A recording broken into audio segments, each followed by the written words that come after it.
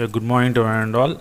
Today in the class we will be talking the concept of program and the concept of structure of a C program. Why? Because whenever you are trying to write any code in C programming, it should be very clear that you should have some idea of how and what are the things to be included in a C program. So what we will do is we will be seeing the definition of a program, then we will be talking about the structure of C programming, and we'll end the class today. So a program is said to be a set of instructions to be executed to perform a task. So this is how you have to define the concept called as program. So whenever we want to perform a task, then you have to write some instructions as a set and you have to execute them line by line.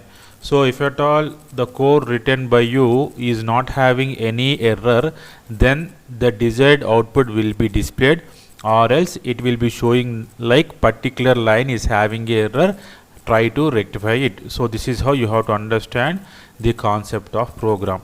So the same definition will be followed in each and every programming language. You take C language, you take C++ language, you take Java language, you take any type of language, the same type of definition will be followed. But when you are coming to the concept of program structure, every programming language will be having its own unique style. So the program structure of C programming is totally different from the program structure of C++ programming, and is different from any other programming style. So before knowing about the detailed description of how to write a program, you have to understand about what are the contents that are to be included in the program structure of C programming, right? So now what we'll do is we will be talking about the program structure of C programming. Programming structure of C programming, right? So whenever you start writing some code, then you have to understand that there are some contents that are to be included and which are must in writing the programming code. So those are as follows. So the first concept you have to include when you are writing the C programming is comments. So in the previous class I have told you like comments are the concepts which will be helping us to increase the readability of the program, so that the code written by a programmer should be understandable by a person who do not have any basic knowledge of computer or do not have any basic knowledge of C programming. So I have told you like comments are being classified into two types. The first one is single line comment, which will be ending in only one line, and the second one is multi-line comment, which can be lasting for any number of lines. So this is the first thing you have to include when you are talking about the program structure of C programming. Now I will be talking about the second one called as preprocessor directives.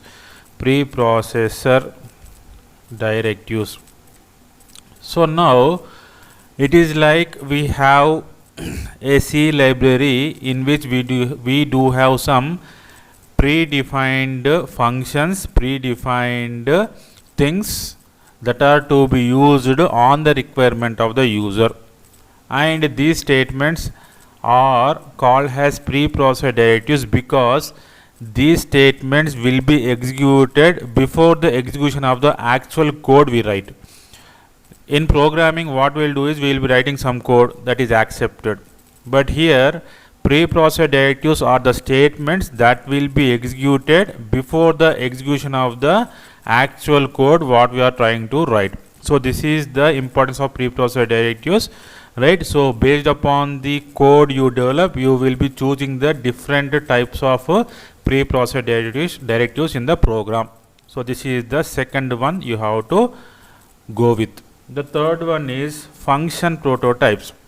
So whenever we want to know about the function prototypes, first of all you have to understand the concept of function.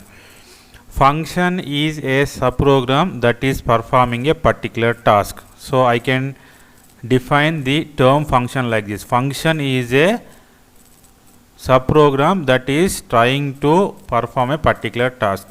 Now when we are writing some program, we have a choice of writing or creating our own functions, and function prototype will be giving the information of the function the user has created. Function, I am repeating it, function prototype is helping or giving the information about the function that is been created by the user. So function prototypes are used based upon the requirement, and it is an optional one to be used. Now we will be talking about the next one called as the main function. Before that we will be going with a topic called as global variables.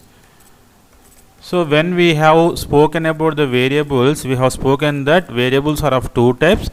One is called as the local variables and the second one is called as the global variables. So local variables will be having the lifetime or the scope within a particular block, but whereas the global variables can be accessed from anywhere within the program. So global variables are the variables which will be declared before the main function. So this you have to understand. Global variables are the variables which are to be declared before the main function, so that they can be accessed anywhere in the program. We will be talking about a fifth one called as main function. So here you have to understand that never you write the main function in capital letters. This is the point number 1 to be noted.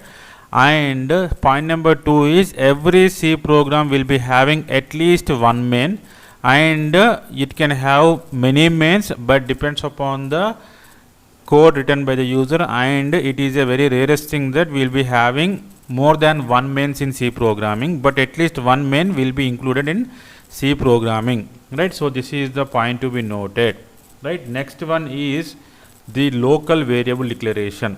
Local variable declaration. So here I have told you in the previous topic, like global variables, the variables which can be accessed throughout the program is called as global variables, whereas the local variables will be accessed only within the block in which it is been declared.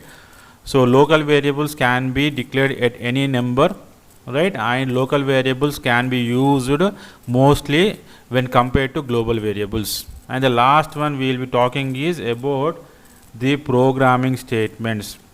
So once the declaration has been completed, then we have to use that variables which are been declared for performing some logics, so that we can implement the exact logic and we will get the output. So this is all about the program and program structure of C programming, and which is very unique and which is limited to only C programming language, and when you compare it with other programming languages, it is definitely a different one. So this is all about the class today. In the next class we will be talking more on the subject. Thank you.